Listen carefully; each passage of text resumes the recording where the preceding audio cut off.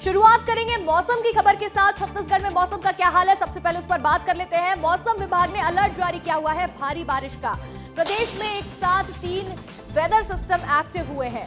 रायपुर, बिलासपुर समेत 31 जिलों में रेड अलर्ट जारी किया गया है। तो वहीं अगले 4 दिनों तक जमकर बरसेंगे बादल। प्रदेश की कई नदियां उफान पर आ गई हैं, तो वहीं निचले इलाकों में जलभराव की आशंका है। छत्तीसगढ़ के मौसम की बात की जाए तो यहां देखिए मौसम विभाग ने भारी बारिश का अलर्ट जारी किया गया है, यानी कि रेड अलर्ट है। कई जिले ऐसे हैं जहां पर बहुत ज्यादा बारिश हो सकती है। प्रदेश में एक साथ 3 वेदर सिस्टम एक्टिव हुए हैं, तो 31 जिलों में रेड अलर्ट जारी कर दिया गया है, यानी कि हैवी रेन होने वाली है रायपुर, बिलासपुर समेत 31 जिलों में। अगले 4 दिनों तक जमकर यहां बारिश देखने को मिलेगी, बारिश की संभावनाएं हैं। तो वहीं प्रदेश की कई नदियां उफान पर आई हुई हैं। निचले इलाकों में जलभराव की आशंका है, ऐसे में लोगों को समस्याएं भी हो सकती हैं। छत्तीसगढ़ से ये तस्वीरें भी सामने आई हैं, जहां देखिए नदी नाले उफान पर आ गए हैं। लोगों को आने जाने में बहुत ज्यादा परेशानियों का सामना करना पड़ रहा है। स्कूली बच्चे स्कूल नहीं जा पा रहे हैं, पुल नहीं है, नदी पार नहीं कर पा रहे हैं लोग। ऐसे में मौसम विभाग ने भी अलर्ट रहने के लिए कहा है, सतर्क रहने के लिए कहा है। आगे बढ़ेंगे और देखिए भारतमाला घोटाले पर एक बड़ी खबर मिल रही है। एक बहुत बड़ा अपडेट आपको बता दें, आरोपियों की संपत्ति कुर्क की जाएगी। कोर्ट में पेश नहीं होने पर आरोपियों की संपत्ति को कुर्क किया जाएगा। 6 आरोपियों को 30 दिन तक का समय दिया है। तो वहीं कोर्ट ने आरोपियों को उद्घोषणा जारी की है। 30 दिन में कोर्ट में पेश नहीं हुए तो संपत्ति कुर्क होगी। ये देखिए बड़ी खबर भारतमाला घोटाले से जुड़ी हुई है। आपको बता दें, जहां कोर्ट में पेश नहीं होने पर संपत्ति को कुर्क किया जाएगा। 6 आरोपियों को 30 दिन तक का समय दिया गया है। तो वहीं देखिए 30 दिन में कोर्ट में पेश नहीं हुए तो संपत्ति कुर्क होगी। कोर्ट में पेश नहीं होने पर संपत्ति को कुर्क किया जाएगा। 6 आरोपियों को 30 दिन तक का समय दिया गया है। कोर्ट ने आरोपियों को यह उद्घोषणा जारी की है और ऐसे में देखिए भारतमाला घोटाले में कई सारे नाम शामिल हुए थे। तो वहीं 6 आरोपियों को 30 दिन तक का समय दिया गया है। कोर्ट में पेश नहीं होने पर संपत्ति को कुर्क कर दिया जाएगा। 30 दिन में कोर्ट में पेश नहीं हुए तो संपत्ति को कुर्क किया जाएगा। कोर्ट ने आरोपियों को उद्घोषणा जारी कर दी है। 30 दिन का समय दिया गया है और ऐसे में आरोपियों को कोर्ट में पेश होने के लिए कहा गया है और नहीं हुए तब संपत्ति को कुर्क कर दिया जाएगा। ये बड़ी खबर आपको छत्तीसगढ़ से बता रहे हैं। भारतमाला घोटाले से जुड़ा हुआ एक बड़ा अपडेट सामने आया है। अधिक जानकारी के साथ हमारे सहयोगी नितेश गर्ग जुड़ रहे हैं। नितेश, भारतमाला घोटाले पर एक बड़ी खबर मिली है, आरोपियों की संपत्ति कुर्क की जाएगी अगर आरोपी कोर्ट में पेश नहीं होते हैं 30 दिनों के अंदर। तो क्या जानकारी है इसको लेकर? बिल्कुल, देखिए सबसे पहले उन अधिकारियों के नाम मैं बता दूं जिनके ऊपर भारतमाला गड़बड़ी मामले पर भ्रष्टाचार के आरोप है। निर्भय कुमार साहू अनुविभागीय अधिकारी थे, शशिकांत कुर्रे तहसीलदार, लखेश्वर प्रसाद किरण नायब तहसीलदार, जितेंद्र कुमार साहू पटवारी, बसंती घृतलहरे पटवारी और लेखराम देवांगन पटवारी। ये हुआ क्या? देखिए भारतमाला गड़बड़ी जब सामने आई, लगातार विस्तार न्यूज़ ने इस खबर को दिखाया। उसके बाद प्रशासन जो है खबर को संज्ञान में लेते हुए आगे बढ़ा और प्रशासन ने जो है इन तमाम अधिकारियों के विरुद्ध कार्रवाई के निर्देश दिए और भी जो घोटाले में थे उसकी जांच का दायरा बढ़ाया। 4 सिविल गिरफ्तारियां हुई। देखिए ये जो 6 अधिकारी हैं, इन्हें अधिकारियों को युक्त संरक्षण होता है, उसकी लंबी प्रक्रिया होती है इनके विरुद्ध कार्रवाई के लिए, वो कार्रवाई करने के लिए सारी प्रक्रियाओं का पालन किया गया। उसके बाद एसीबी एंटी करप्शन ब्यूरो, यानी कि सरकारी कर्मचारी अगर भ्रष्टाचार करते हैं तो उनके विरुद्ध एसीबी को पावर होती कार्रवाई करने की। एसीबी ने कई बार नोटिस तामील किया, पूछताछ के लिए अपने पास बुलाया। जब ये नहीं आए, महीनों से कोशिश जारी थी, तब जाकर एसीबी विशेष कोर्ट में पहुंचा और विशेष कोर्ट ने, ईओडब्ल्यू की विशेष कोर्ट ने जो है पूरा जो है संज्ञान मामले में लिया और अब इन्हें अंतिम चेतावनी जारी कर दी, उद्घोषणा जारी कर दी। उद्घोषणा का मतलब ये होता है कि जब बार बार बुलाने पर भी कोई नहीं आता, कोर्ट के समक्ष पेश नहीं होता, गिरफ्तारी का जब वारंट हो जाता है तब भी पेश नहीं होता, फरार रहता है, ऐसी स्थिति में उद्घोषणा जारी की जाती है और अब वो उद्घोषणा जारी कर दी है और इन्हें अगली 1 महीने में 30 दिन की अवधि के भीतर शरीर के साथ पेश करने के लिए जो है कह दिया गया है। अगर ये पेश नहीं होते तो आने वाले समय में इनकी संपत्ति कुर्की की प्रक्रिया जो है शुरू कर दी जाएगी। तो एक तरीके से कह सकते हैं कि जो शासकीय कर्मचारी भ्रष्टाचार की संलिप्तता में जो जुड़े हुए थे अभी प्रारंभिक स्तर पर, उनके विरुद्ध कार्रवाई का सिलसिला शुरू हुआ है। लेकिन अभी और कार्रवाई का दायरा कितना बढ़ता है ये देखना होगा, क्योंकि बिलासपुर में जो हुआ है, जो उस घटना ने कल सीधे मुद्दे की बात जिसमें प्रमुखता से विस्तार न्यूज ने दिखाया था कि किस तरीके से भ्रष्टाचार की भेंट में एक पटवारी आया और जो असल भ्रष्टाचारी थे वो जद में नहीं आए। तो अब देखना होगा कि आगे और इसका दायरा कितना बढ़ता है और आने वाले समय में कार्रवाइयों का सिलसिला कितना तेज होता है और इसके दायरे में और कौन कौन आता है। बिल्कुल बिल्कुल नितेश, देखने वाली बात होगी आगे कि इसके दायरे में और कौन कौन आता है, अब किस तरह से आगे का एक्शन लिया जाएगा, कैसे आगे की कार्यवाही बढ़ेगी। आपका जुड़ने के लिए बहुत बहुत शुक्रिया। मैंने भ्रष्टाचार नहीं किया, मैं निर्दोष हूं, भ्रष्टाचारी होने का आरोप लगा तो सुसाइड नोट लिख करके निलंबित पटवारी ने फांसी लगा ली और ये लाइन अपने सुसाइड नोट में लिख दी है। भ्रष्टाचार के फंदे ने ऐसा जकड़ा कि रिटायरमेंट से 3 दिन पहले पटवारी को आत्महत्या करने के लिए मजबूर होना पड़ा। छत्तीसगढ़ के बिलासपुर से बहुत ही हैरान करने वाला ये मामला सामने आया है, जहां एक पटवारी ने फांसी लगा करके अपनी जान दे दी है। पूरा मामला सकरी थाना क्षेत्र के जोकी गांव का है। भारतमाला परियोजना में हुई गड़बड़ी के आरोप में निलंबित पटवारी सुरेश मिश्रा ने आत्महत्या कर ली। 27 जून को बहन के फार्म हाउस पर सुरेश का शव फंदे से लटकता हुआ मिला। मौके पर पुलिस को 2 सुसाइड नोट्स भी मिले हैं। तो वहीं पहले पत्र में उन्होंने अपनी बहाली को लेकर लिखा है, तो दूसरे पत्र में उन्होंने खुद को निर्दोष बताते हुए षड्यंत्र रचकर फंसाने का आरोप लगाया और 3 लोगों पर गड़बड़ी करने का संभावित आरोप भी लगाया है। इस पत्र में 3 नए नाम सामने आए हैं, जिसमें ग्राम कोटवार, एक दूसरे पटवारी के अलावा राजस्व विभाग के एक बड़े अधिकारी का नाम भी शामिल है। सुरेश मिश्रा की आत्महत्या से पूरा परिवार टूट गया है और परिजन सदमे में है। किसी को विश्वास नहीं हो रहा कि सुरेश अब नहीं रहे। पोस्टमार्टम के बाद जैसे ही उनका शव घर पहुंचा तो पूरा परिवार फूट फूट कर रो रहा था, बिलख रहा था। पत्नी उनकी बेसुध थी। इसी दौरान बहुत ही भावुक तस्वीर सामने आई है। सुरेश मिश्रा की बेटी शुभी ने अपने पापा के शव को कंधा देकर आखिरी विदाई दी, जिसे देखकर हर किसी की आंख भर आई। क्या बीत रही होगी इस बच्ची पर जो इतनी छोटी उम्र में अपने पिता के शव को कंधा देती नजर आई है। कहते हुए अच्छा नहीं लगता, लेकिन पटवारी सुरेश मिश्रा भ्रष्टाचार की बलि चढ़ गए हैं। इनकी जान फांसी के फंदे ने नहीं बल्कि भ्रष्टाचार ने ली है। पटवारी की मौत के बाद परिवार की हालत क्या है, इस रिपोर्ट में देखिए।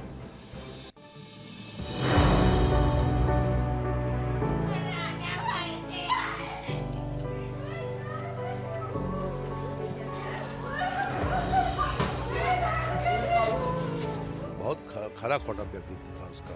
अगर वो दोषी नहीं है तभी लिखा है, अगर दोषी होता तो स्पष्ट लिख देता कि इसमें मेरा हाथ है।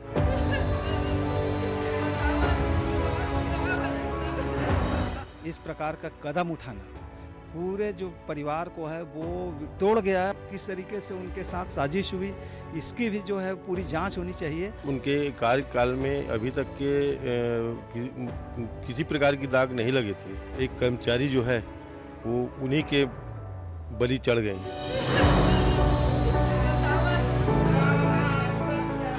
घटना बहुत ही दुखदायी है और छोटे छोटे बच्चे हैं। बहुत स्ट्रांग व्यक्ति थे, पता नहीं अब क्या उनके मन में आया ऐसा किया। जब से वो एफआईआर हुआ था तब से वो घर में भी परेशान थे। जांच होना चाहिए और उनको सही न्याय मिलना चाहिए।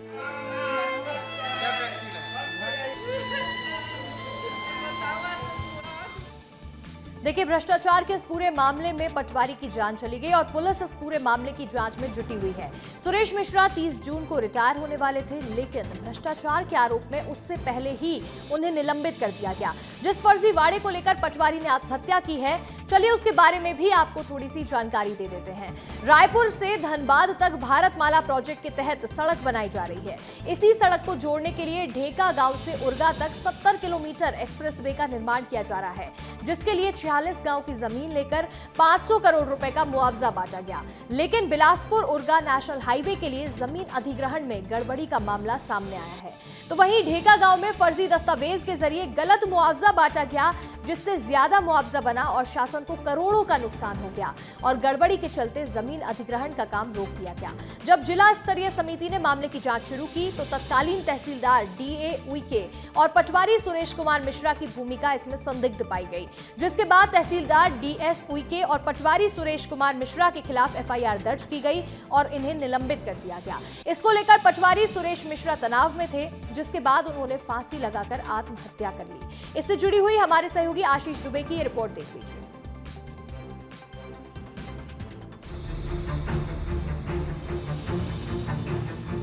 इसी इकोनॉमिक कॉरिडोर में खड़े हैं जो भारतमाला परियोजना के 300 करोड़ रुपए के तहत जो है बनाया जा रहा है। यही वो इकोनॉमिक कॉरिडोर है जिसमें जो है भ्रष्टाचार सामने आया है मुआवजे के प्रकरण में। मिट्टी के ढेर भी इसीलिए रखे गए हैं कि कोई गलती से जो है इस सड़क पर चलते हुए आ न जाए। वो नेशनल हाईवे है रायपुर बिलासपुर का और यही जुड़ना है इस इकोनॉमिक कॉरिडोर से। जल्दी से मतलब अधिग्रहण करके उसको पैसा दिया जाए, मुआवजा दिया जाए और काम मतलब जल्दी से हो जाए। दस्तावेजों में छेड़छाड़ करके अधिक मुआवजा प्रकरण बनाने का मामला था। एफआईआर हुआ है, मामला जांच में ले लिया गया है, दस्तावेजों को देखा जा रहा है। सुरेश मिश्रा एक हंसते खेलते परिवार को छोड़कर हमेशा के लिए चले गए हैं। इसको लेकर क्या कह रहे हैं बिलासपुर के एसडीएम मनीष साहू और सकरी थाना प्रभारी प्रदीप आर्य, सुन लीजिए।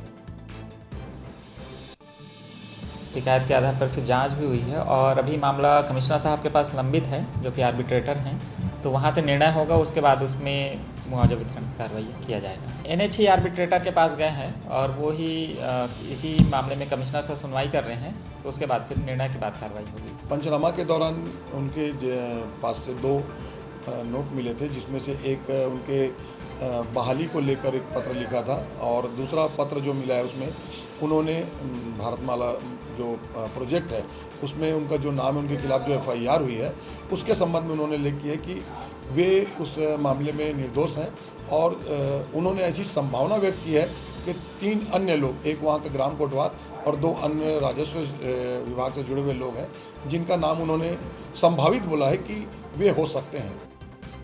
आगे बढ़ेंगे, अगली खबर राजधानी रायपुर से है, जहां इंद्रप्रस्थ सूटकेस मर्डर मामले में एक बहुत बड़ा खुलासा हुआ है। हत्यारे अंकित के पिता रिटायर्ड एएसआई हैं।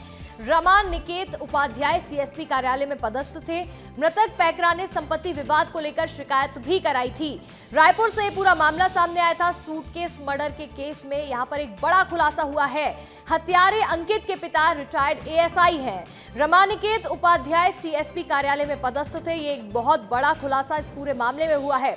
मृतक किशोर पैकरा ने संपत्ति विवाद को लेकर के शिकायत भी कराई थी और उसके बाद यहां देखिए इस पूरी हत्या को अंजाम दिया गया है।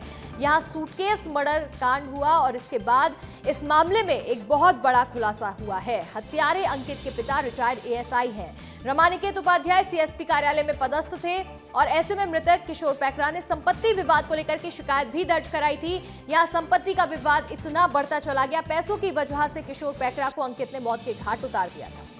राजधानी रायपुर में पुलिस ने एक बहुत बड़ा एक्शन लिया है। 3 अंतर्राज्यीय ठगों को गिरफ्तार किया है। ये बड़ी खबर आपको बता दें, जो स्कीम चलाने का झांसा देकर ठगी की वारदात को अंजाम दिया करते थे। बाइक बोट स्कीम चलाने का झांसा दिया था, तो वहीं मध्य प्रदेश, उत्तर प्रदेश समेत कई राज्यों में ठगी कर चुके थे। 3 शातिर ठगों को पुलिस ने गिरफ्तार किया है। शातिर ठगों ने लोगों से करोड़ों रुपए ऐंठे थे। आरोपियों पर 200 से ज्यादा केसेस दर्ज है और ऐसे में रायपुर पुलिस को सफलता मिली है। एक बड़ा एक्शन लेते हुए 3 ठगों को गिरफ्तार किया है। अंतर्राज्यीय ठगों को गिरफ्तार किया गया। ये अलग अलग राज्यों से ठगी की वारदात को अंजाम देते थे, स्कीम चलाने का झांसा देते थे और उनसे करोड़ों रुपए ऐंठ लेते थे। और अगली खबर जांजगीर से है, जहां असिस्टेंट डायरेक्टर दुष्कर्म के आरोप में गिरफ्तार हो गए हैं। शादी का झांसा देकर 3 साल तक शोषण किया और उसके बाद अब उनकी गिरफ्तारी हो गई है। अश्लील वीडियो वायरल करने की धमकी दी थी, तो वहीं पीड़िता की एफआईआर पर यह कार्रवाई हुई है। जांजगीर पुलिस ने आरोपी को पकड़ लिया है, गिरफ्तार कर लिया है, तो वहीं न्यायिक हिरासत में अधिकारी को भेज दिया गया। जांजगीर से एक खबर सामने आई है, जहां असिस्टेंट डायरेक्टर दुष्कर्म के आरोप में गिरफ्तार किए गए हैं। शादी का झांसा देकर 3 सालों तक शोषण करते रहे, तो ऐसे में अश्लील वीडियो भी बनाया और वायरल करने की धमकी दी है। पीड़िता ने एफआईआर दर्ज कराई इस पूरे मामले में और इसके बाद पुलिस ने एक्शन लेते हुए आरोपी को गिरफ्तार किया है। जांजगीर पुलिस ने आरोपी को गिरफ्तार कर लिया है और न्यायिक हिरासत में भेज दिया गया है। छत्तीसगढ़ का वो नटवर लाल जिसकी तलाश में पुलिस और जांच एजेंसियां 1 साल से जुटी हुई थी, आखिरकार भोपाल में पुलिस के हत्थे चढ़ गया है। ये शख्स कोई और नहीं बल्कि पूर्व मुख्यमंत्री भूपेश बघेल का करीबी कहे जाने वाला के श्रीवास्तव है। तांत्रिक से लेकर सत्ता के गलियारों तक अपनी धाक जमाने वाला के 15 करोड़ की ठगी के मामले में फरार था, लेकिन भोपाल के एक होटल में बदले हुए हुलिये में छिपा के आखिरकार पकड़ा गया। ईडी ने मनी लॉन्ड्रिंग के संदेह में केके से 3 दिन तक पूछताछ की, जबकि ईओडब्ल्यू ने आबकारी घोटाले में सवाल किए। अब तेलीबांधा पुलिस ने 1 जुलाई तक रिमांड पर लेकर जांच को जारी किया है और जांच तेज कर दी है। बीजेपी ने इस गिरफ्तारी को भूपेश बघेल से जोड़कर कांग्रेस पर भी निशाना साधा है और अब इस मामले में सियासत तेज हो गई है। थाना तेलीबंद के अपराध क्रमांक 525/2024, धारा 420, 467, 468, 471, 120B और 506 IPC के तहत में पंजीबद्ध अपराध में इसकी गिरफ्तारी की। और देखिए, दुर्ग के वैशाली नगर विधायक की मांग है। बीजेपी विधायक रिकेश सिंह ने एक मांग की है, सरकार और बीजेपी संगठन से मांग की है। हाथ से कभी सुरेंद्र दुबे के नाम पर संस्थाओं का नाम होना चाहिए। हर जिले में हाथ से कभी के नाम पर एक संस्था होनी चाहिए। तो वहीं पद्मश्री सुरेंद्र दुबे के निधन के बाद ये मांग उठाई जा रही है। दुर्ग के वैशाली नगर विधायक ने ये मांग की है और ऐसे में देखिए, सरकार और बीजेपी संगठन से ये मांग कर रहे हैं। हाथ से कवि सुरेंद्र दुबे के नाम पर संस्थाओं का नाम होना चाहिए। हर जिले में हाथ से कवि के नाम पर संस्था हो। पद्मश्री सुरेंद्र दुबे के निधन के बाद ये मांग की जा रही है। रायपुर से अगली खबर आ रही है, जहां जिले के आरंग में नागलोक देखने को मिल रहा है। देवरी गांव के घर में सांपों का कुनबा देखने को मिला है। घर में नाग, नागिन और 35 छोटे छोटे सांप मिले हैं। नागलोक देखकर गांव में हड़कंप मच गया। एक एक करके सांप को बाहर निकाला जा रहा है। तो वहीं लोगों ने यहां भोलेनाथ के जयकारे लगाए हैं। रायपुर जिले के आरंग में नागलोक देखने को मिला। लोगों की भारी भीड़ उमड़ पड़ी है देखने के लिए और ऐसे में देवरी गांव के घर में सांपों का कुनबा देखने को मिला। घर में नाग, नागिन और 35 छोटे छोटे सांप देखे हैं। नागलोक देखकर गांव में हड़कंप मच गया। कई सारे लोग यहां देखने के लिए इकट्ठा हो गए। एक एक करके सांपों को बाहर भी निकाला गया है। लोगों ने यहां भोलेनाथ के जयकारे भी लगाए हैं और नागलोक देखकर लोगों में हड़कंप मच गया।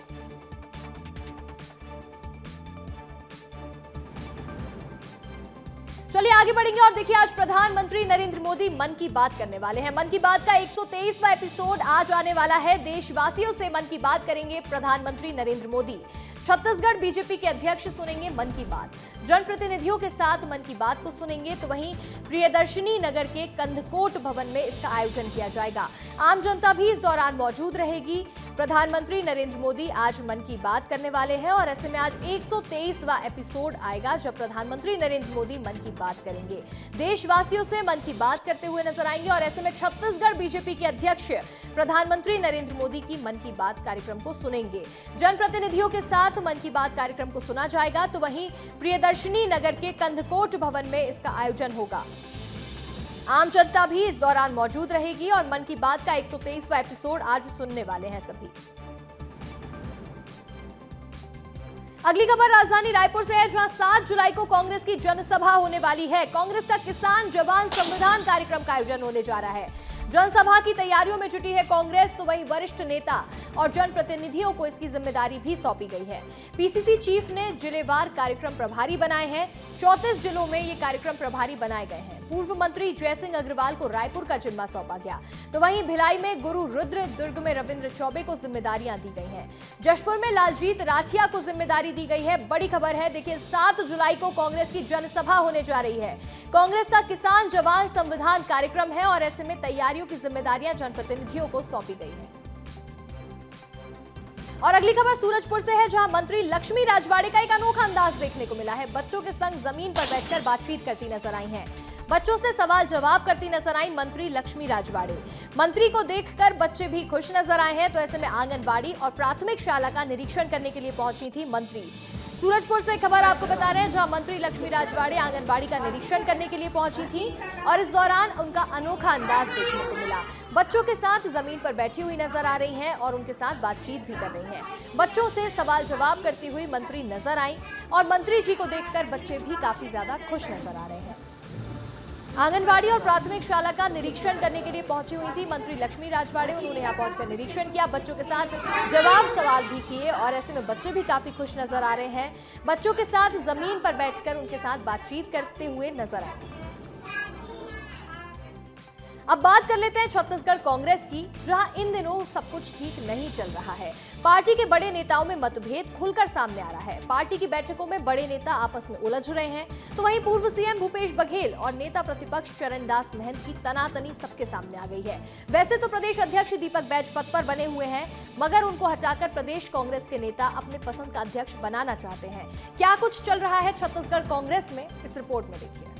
हमारी ऐसी आदिवासी लीडरशिप बने कि जहां भी कांग्रेस पार्टी में हम देखें, मैं आपकी कांग्रेस पार्टी में मदद करना चाहता हूं। उसके लिए आपको संगठित होना पड़ेगा और जो सचमुच में आदिवासियों की बात कर रहे हैं, जो थोड़े डायनामिक हैं और आदिवासियों को लड़ रहे हैं, उनको आगे करना।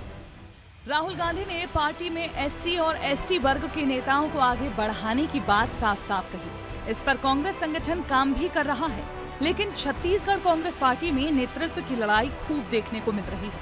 कांग्रेस के नेता अपने अपने गुटों के नेताओं को पार्टी की कमान सौंपना चाहते हैं। कांग्रेस के प्रदेश प्रभारी सचिन पायलट पिछले दिनों छत्तीसगढ़ दौरे पर आए थे। इस दौरान पॉलिटिकल अफेयर कमेटी की बैठक में पूर्व मुख्यमंत्री बघेल ने नेता प्रतिपक्ष डॉक्टर चरणदास महंत के ऊपर निशाना साधा था। पूछा था कि वो मुख्यमंत्री के खिलाफ बोलने से क्यों कतराते हैं, सरकार के खिलाफ वो मुखर क्यों नहीं होते, पार्टी में अनुशासनहीनता है, इस पर कोई कार्रवाई क्यों नहीं करते, सरकार की नाकामियों पर मुखर क्यों नहीं होते। इसके बाद पायलट ने ऐसी किसी भी चर्चा से इनकार किया, लेकिन टीएस बाबा ने हामी भरकर इस खबर पर मुहर लगाने का काम किया। साथ ही अंदर खाने की इस खबर ने बाहर छत्तीसगढ़ कांग्रेस की गुटबाजी को उजागर कर दिया। दरअसल ऐसा माना जाता है कि छत्तीसगढ़ कांग्रेस 4 गुटों में बटी है। पहला गुट है चरणदास महंत का, जो सोनिया गांधी के करीबी माने जाते हैं। दूसरा गुट है भूपेश बघेल का, जो राष्ट्रीय जिम्मेदारी मिलने के बाद थोड़ा अलग थलग महसूस कर रहे हैं। तीसरा गुट है टीएस सिंहदेव का, जो 5 साल सीएम बनने की आस में गुजार चुके हैं। वहीं चौथा गुट है दीपक बैज का, जिन पर दिशाहीन नेतृत्व के आरोप लगते रहते हैं। इसी का नतीजा है कि अब भूपेश बघेल, पूर्व मंत्री अमरजीत भगत और पूर्व मंत्री शिव कुमार डहरिया की लॉबिंग कर रहे हैं। तो वहीं दूसरी ओर नेता प्रतिपक्ष चरणदास महंत ने 2028 का चुनाव पूर्व मुख्यमंत्री टीएस सिंहदेव के नेतृत्व में लड़ने की बात कही है। वहीं रही बात मौजूदा पीसीसी चीफ दीपक बैज की, तो लगातार विधानसभा, लोकसभा और नगर निगम चुनाव में हैट्रिक हार के बाद भी उनका नाम मजबूत माना जाता है। पीएसी की बैठक हो गई हमारी, हम एक बहुत बड़ी सभा करने जा रहे हैं 7 जुलाई को, तो हम कहाँ से संकट में, हमारे अध्यक्ष कहाँ संकट में है, कांग्रेस पार्टी कहाँ संकट में, तो भारतीय जनता पार्टी है। और ये उसका बयान ये बता रहा है कि कितनी ज़्यादा बौखलाई, कितनी ज़्यादा डरी और कितनी ज़्यादा सहमी हुई है भारतीय जनता पार्टी। बुझते हुए दीपक आखिरी समय में फड़फड़ाता बहुत है। और यदि कहते हैं दीपक बैज जी जो आज पीसीसी के अध्यक्ष है, तो स्वाभाविक है कि उनका कार्यकाल पूरा हो चुका है और अपनी सक्रियता को बनाए रखने के लिए और राज्य में, केंद्र में उनको जाने, इसके लिए लगातार उनकी कोशिशें हैं। हमारी शुभकामनाएं हैं। हालांकि आने वाली 7 जुलाई को कांग्रेस के राष्ट्रीय अध्यक्ष मल्लिकार्जुन खड़गे छत्तीसगढ़ दौरे पर आने वाले हैं। माना जा रहा है कि इसी 7 जुलाई को प्रदेश अध्यक्ष का चुनाव किसकी कमान में लड़ा जाएगा, ये भी तय हो जाएगा। उनके दौरे के बाद ये माना जा रहा है कि नेतृत्व साफ हो जाएगा, क्योंकि 2028 की चुनाव की तैयारी कांग्रेस पार्टी अभी से जुट जाएगी। अब देखने वाली बात होगी क्या एकजुटता के साथ कांग्रेस पार्टी 2028 का चुनाव लड़ती है या फिर लड़ाई इसी तरीके से जारी रहेगी। कैमरा पर्सन मुकेश आवड़े के साथ कुमन साहू, विस्तार न्यूज़, रायपुर।